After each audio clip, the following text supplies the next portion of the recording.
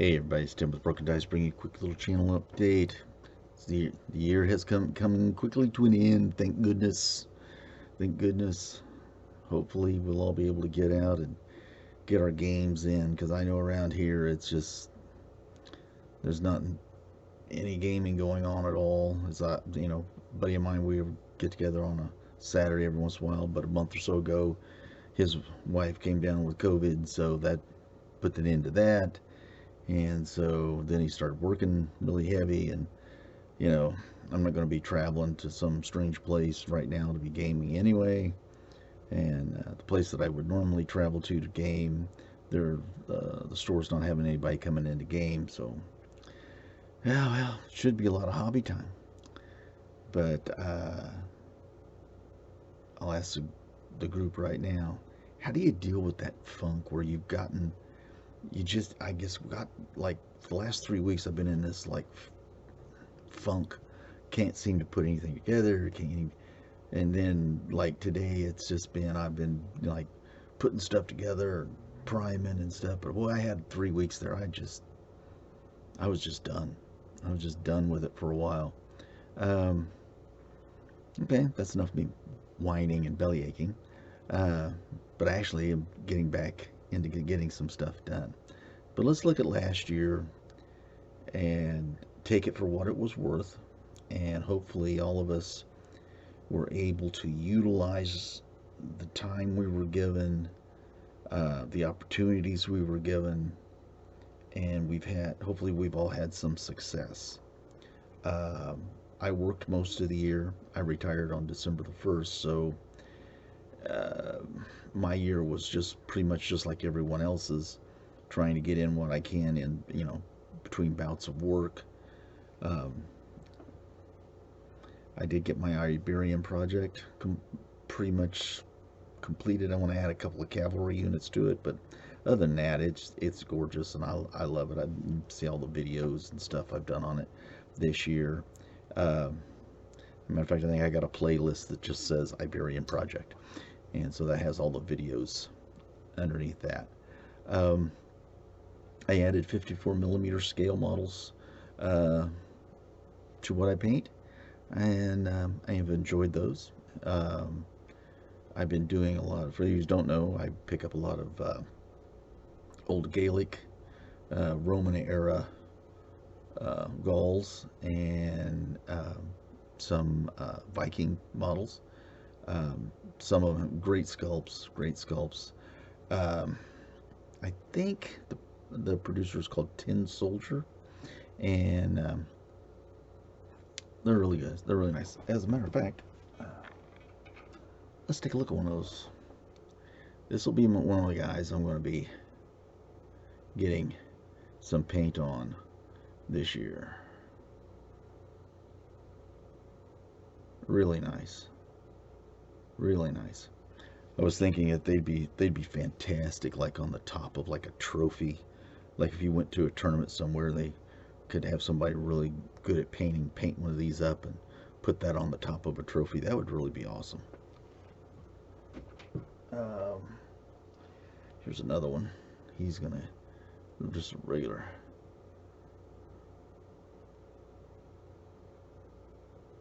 I think they've kind of overdo the nasal helm thing a little bit on some of their sculpts, but hey, we'll let them go because the rest of it's really good. Um, Last year, I started using some of Games Workshop's contrast paints, like those, really do.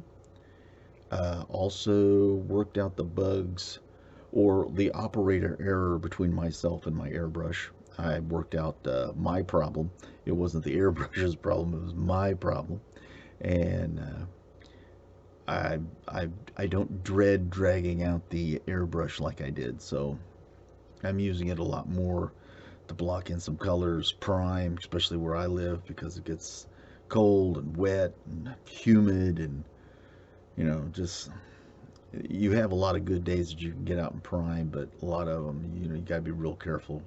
Um, so in the wintertime, especially, the priming with the airbrush I've noticed with some metal models that 2 coats of primer um, will save you a little effort, because sometimes I just think I get it a little too thin, um, and so my paint comes out, my primer comes out really thin, and so therefore I have to. I went back and did a second coat, and it tends to take care of the that metallic kind of shining through where you just don't feel like you've got enough coverage, and that was just me thinning it down out too much. Next year, English Civil War, going back to that, working on a bunch of that stuff. Um, Working on a set of rules for 54 millimeter skirmish. Um, I just, I know that we all have probably boxes of books of rules and rule sets and stuff, and I'm trying to utilize a different approach with this one. I've got a lot of work done on it. I've still got to get all the diagrams. I still got to get like photographs. I still got to, work out some of the math on some of the weapons and stuff. But, you know, I want to keep it to where somebody could, especially a young person, could pick it up, look at it, and go, "Oh, I see what he's getting at." And so if they had some, because some of the 54 millimeters I've got are from really cheap plastic manufacturers. I'm not going to name them because the sculpts aren't nearly what those metal ones are. But if to have something like that, then have a set of rules you could just bring out and go, "Oh, this is what we'll do." Might be a way of getting some younger people involved in ancient wargaming and having them look at it. That being said, that's a project that's in the works. It's quite a challenge. It's quite a challenge. Um, let's see. I said I was getting into my English Civil War, and one of the things, I don't know about you guys, but I don't like having the exact same model, like a commander model, on the table with my armies, and so this is the guy. Okay, he comes in one of those blister packs. Let's do this. And originally, he's the guy holding like the cup, like he's having a drink or something, and telling everybody else what to do while he's having a drink. Well, I've got one of those guys already painted up and based and everything for my army. And so what I did was I didn't use the slouch hat, but I used the lobster tail, and he still had that cup in his hand. So I snipped off that wrist, and then I took a plastic, basically, where they got the glove that comes down. Well, I cut that off at the wrist because he already has that on his on the metal part. And if I'd tried to get that off, I'd have been getting into his body, and the less hacking and slashing I do on a model, the easier the fix will be. So I took that off and I gave him a pistol. And therefore, I will have a different command model.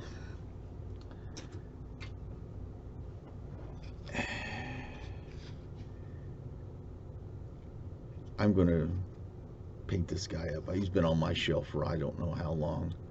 And glued, put together. And this is back when I was just getting into historical, and for some reason I went ahead and glued these guys into the tower. I wished I hadn't. I might be able to plop them off there, but they're in there pretty good with some super glue, so I don't know. But I'm going to paint this all up. Just as like a side project, like to cleanse the palette from my English Civil War. And let's see. I got the Herald to do. Ooh, he's a little bright, isn't he? He'll be fun to work on. And I've got all the plastic. It's so funny. I found 3 extra sprues of Warlord Games English Civil War Cavalry in a box. I don't know how they got there. I don't know why they were there, but I was going through some stuff the other day, and there they were. So I'm dragging them out and getting them done too. I got some terrain. Let's move this around, and if you can see, whoa, there we go. Wow, boy, that is bright back there. That big white blob back there, that is some foam. Gosh, that was really bright. I didn't realize that was going to be that bright off that expanding foam. And they're going to be, I wanted to make them about, I don't know, this wide and probably 2-3 feet long.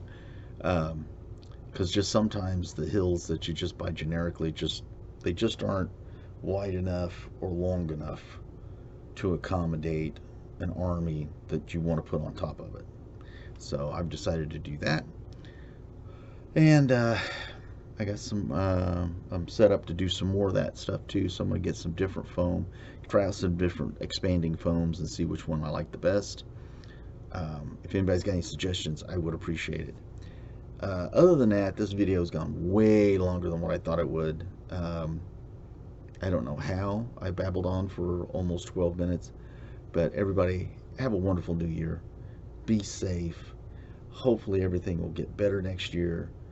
We'll all be gaming again. We'll all be hanging out with our buddies, talking a little smack, rolling some dice, and I'll be back with some more projects pretty soon. Be safe. Really, be safe. That's all I can say. Be safe and get ready, because we got a lot of gaming to make up for. A lot of gaming to make up for.